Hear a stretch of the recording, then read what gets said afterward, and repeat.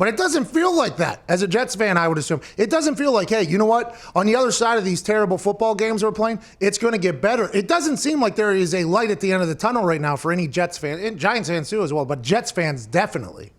No, the sad thing is it feels like the rabbit hole is getting deeper. You know, like in the Matrix. I feel like I'm in the Matrix right now, still sliding, and I haven't come out on the other side of this whole thing. So, you know, every game I go in thinking, okay, it can't be worse than the last game, but it ends up being worse than the last game. So I don't know where the bottom is with the Jets. Apparently they're going to hang on to Adam Gase throughout the whole season. So, listen, if you got whatever kind of bourbon or scotch that you got, man, your best stuff, you might want to send it my way because I'm going to be consuming a lot of it. Hey, we'll send you over some sympathy, empathy, booze for sure. What do you got, Connor? Yeah, Woody, if you're a Jets fan and let's say, you know, you're 15, 16, are you considering becoming a Giants fan just because the Jets have, you know, no future, or what are you thinking? That's interesting. Why would you be a Giants fan? I mean, if the Jets are the worst, if the Jets are the worst team, the Giants are 1B. Like, they're both awful. So, you know, my wife has converted my youngest son to a Cowboys fan. I don't know why she did that, but then she posed the question, well, what the hell else was I supposed to do? Make him a Jets fan? There's no way I'm going to do that. So why would anybody be a Jets fan right now? D-Wood, why do you think the Johnson family has come out and said that they think Adam Gase is an offensive guru or genius or something like that? Is that because they're just trying to stick up for their guy while everybody buries him, or do you think they're actually oblivious enough to think that the team is in good hands right now? Well, first of all, I don't know who was watching tape over there in Florham Park, New Jersey, saying that Adam Gase is an offensive guru. I mean, what the hell has Adam Gase done outside of Peyton Manning? Please, one year with Jay Cutler look halfway decent. I mean, somebody tell me what the hell has Adam Gase done in this league where he's gotten 2 bites at the apple as far as a head coach. They look like a disaster, an embarrassment on national TV. They should be relegated to Saturdays in college football. Well, people forget. Ryan Tannehill was an all-pro whenever Adam Gase was coaching him. Yep. You know what I mean? That is the thing that people forget. Ryan Tannehill played his best football by far when Adam Gase was his head coach down in Miami. Oh. That was a belly laugh right there.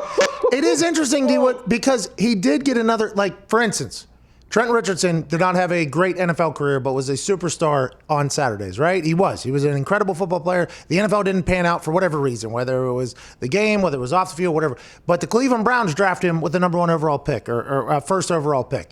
He gets drafted to the Browns, and they're like, oh, this guy isn't it. So the Indianapolis Colts went ahead and said, the team I was on, like, you know what? We'll send you another first-round pick for that guy. So the Browns were like, sounds good. Okay. Sounds good. Let's get you out. That's kind of what the Dolphins did to the Jets with Gase. It's like, oh, yeah, he's a great head coach. Go ahead and fucking get him. Like, that is kind of – and the Jets were like, yep, sign him up. We'll take it. And to Gase's credit, I guess, last night he did sit up there on the press conference, and instead of acting like a snobby or arrogant person and downplaying it, he did mention that he thought they could be better and that he wasn't happy about this, which is good news because it felt like in the past he was always super defensive. And even though his resume shows that he's not that much of a good difference maker for people or teams. Hey, Pat, let me ask you a question. You were teammates with Peyton Manning, right? Yeah. Out in Indianapolis. Oh, yeah. And you know who's responsible for Adam Gase being the head coach here with the Jets? Your guy. Your guy, Peyton Manning. No. Yes, Peyton Manning put in the call to Christopher Johnson and sealed the deal. My guy? And now I'm miserable along with all Jet fans. So you might be tied into this. No. Woody. You're teammates with Peyton Manning. No.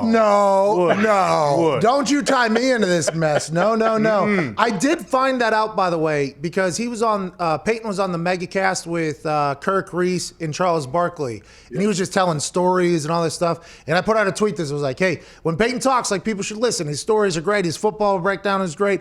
And then all I got was an onslaught of Jets fans like, oh, is that fucking right? is that what we should do? And I didn't even know that story happened until that tweet where everybody was like, we should listen to Peyton, huh? Because now he has put us into a situation where we have a head coach right now that it doesn't look like he's getting fired anytime soon. You got a young quarterback that looks like his career is potentially getting dumped into the trash can. You got a lot of things happening over there. Everybody's like, what the? Frank Gore, poor fucking Frank Gore. That guy has laid his life on the line for football, and now he's at the Jets organization. They're running him on a wheel route in year 16, where if he would have caught the ball, it would have had to be a toe tap. Now listen, I'm not saying Frank Gore couldn't do that, but I just don't think that's the best usage of Frank Gore. And then in the past, there's some red zone calls where they're running like trips and running 2 posts to the same spot in the red. There's like a lot of things that are happening where you're like, what? There looks like there's no plan, there's no idea, there's no strategy, and it just looks like an amateur football team, to your point.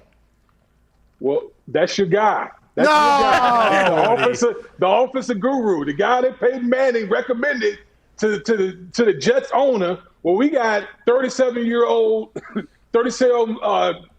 Frank Gore running wheel routes. We featuring him in the passing game. That's how pathetic the Jets offense is right now. And I don't know, man. I don't know.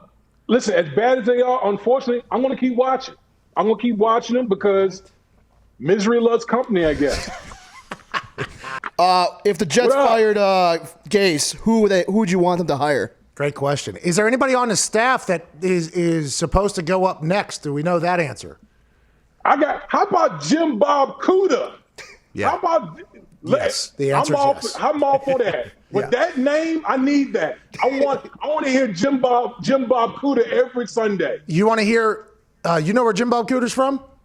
No, where is he from? Tennessee. You know who got Jim Bob Cooter his first job? No, don't tell me the great McAfee. No. Peyton Manning.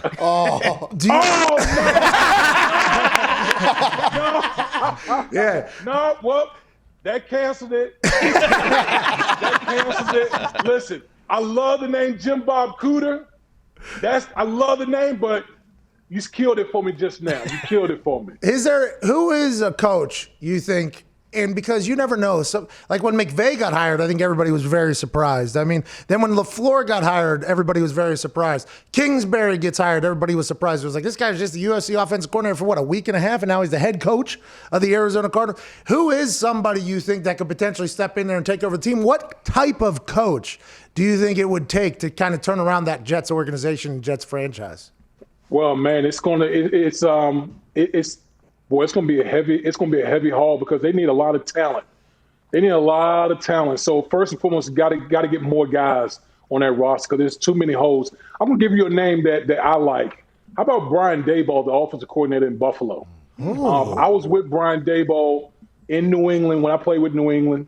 Look what he's done with Josh Allen. I mean, he has Josh Allen right now playing like an MVP in this league. So he's going to be a name that's going to be hot. He's going to be hot after the season. Okay, so Wait a minute, you about to shit on my name just now? you got that look in you. No, this whole week though, I'm entrenched with Bills Mafia because you're not the only one to say Josh Allen's playing MVP football right now. Dan Orlovsky has said it, other people have said it, and I've just easily no offense to Josh. Love Are Josh. you hating on Josh? No.